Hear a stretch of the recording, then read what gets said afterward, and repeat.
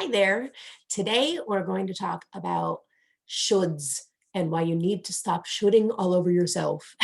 How the shoulds in life, how whenever we use the word should, it really, for the vast majority of the time, ends up really getting us into some sticky situations and has us going off on a trail that may not lead us to where we need to be emotionally, physically, mentally, all of those things. So here's the deal with shoulds.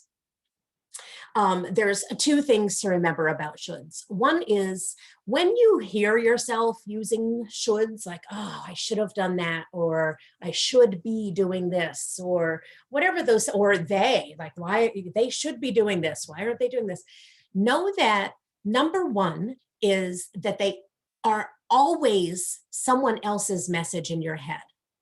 It always comes from somewhere else. It's in your head, so it's in your voice, so it sounds like you, but it's not. The message itself of shoulds have always come from somewhere else. It's a societal message. It's a message from your parents. It's a message from your great auntie or your hairdresser or whoever it is.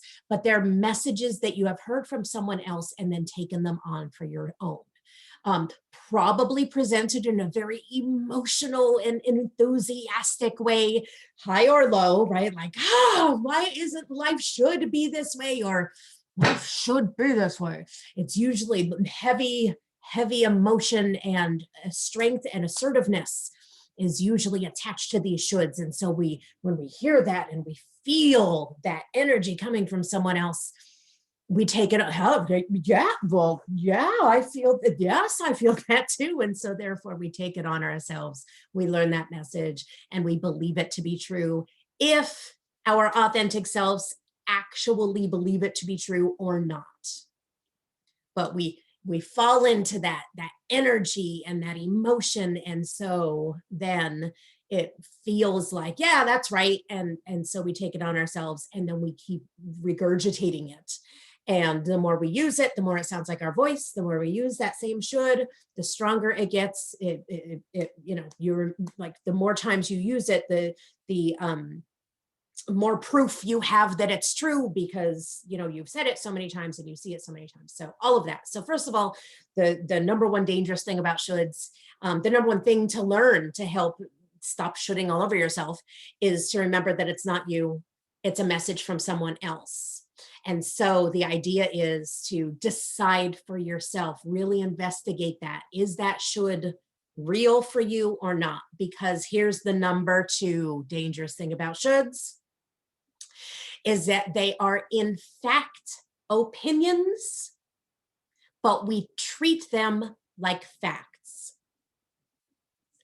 Shoulds are opinions that we treat like facts.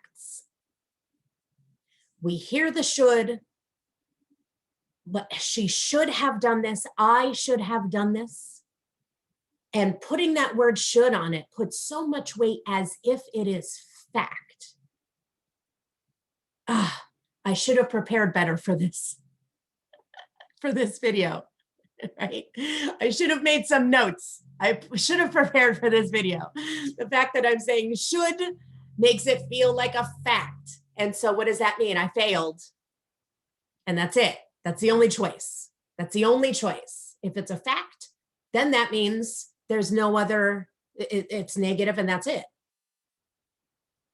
But is that an opinion? Is it an opinion or a fact? Facts, this is how you know if it's a fact or an opinion. Can you put numbers to it? Can you measure it with quantifiable means? Is there a way to put numbers to it? What is the proof? What is the tangible, scientifically proven, measurable proof that something is a fact? That's when it's a fact. If there is no measurable proof, if we can't put numbers to it, it's an opinion. For instance, I'm short. I should be taller. I should be taller. I'm short. That sounds like a fact. It's not. It's an opinion. There are people shorter than me that in comparison, I'm not, right? I'm 5'3". That's a fact.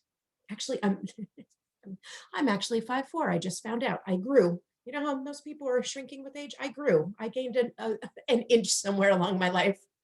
So I'm 5'4". That's the fact. Should I be taller?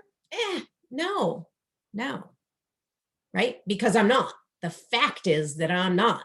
And so the opinion is irrelevant. Got it? So the way to stop shoulding all over yourself. First, recognize that shoulds are not your own. They're messages you learned from someone else. And two, investigate them. Find the facts. Don't treat it like a fact when in fact it is an opinion. And if you're looking for the evidence and you're trying to find the opinion and it still feels like a fact to you, reach out to me. I'll help you find it, because I guarantee you that your should is an opinion.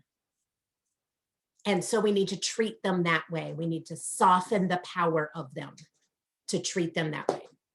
Let me know what you think. Let me know of any blocks you're getting into with this. And yeah, I'll see you next time.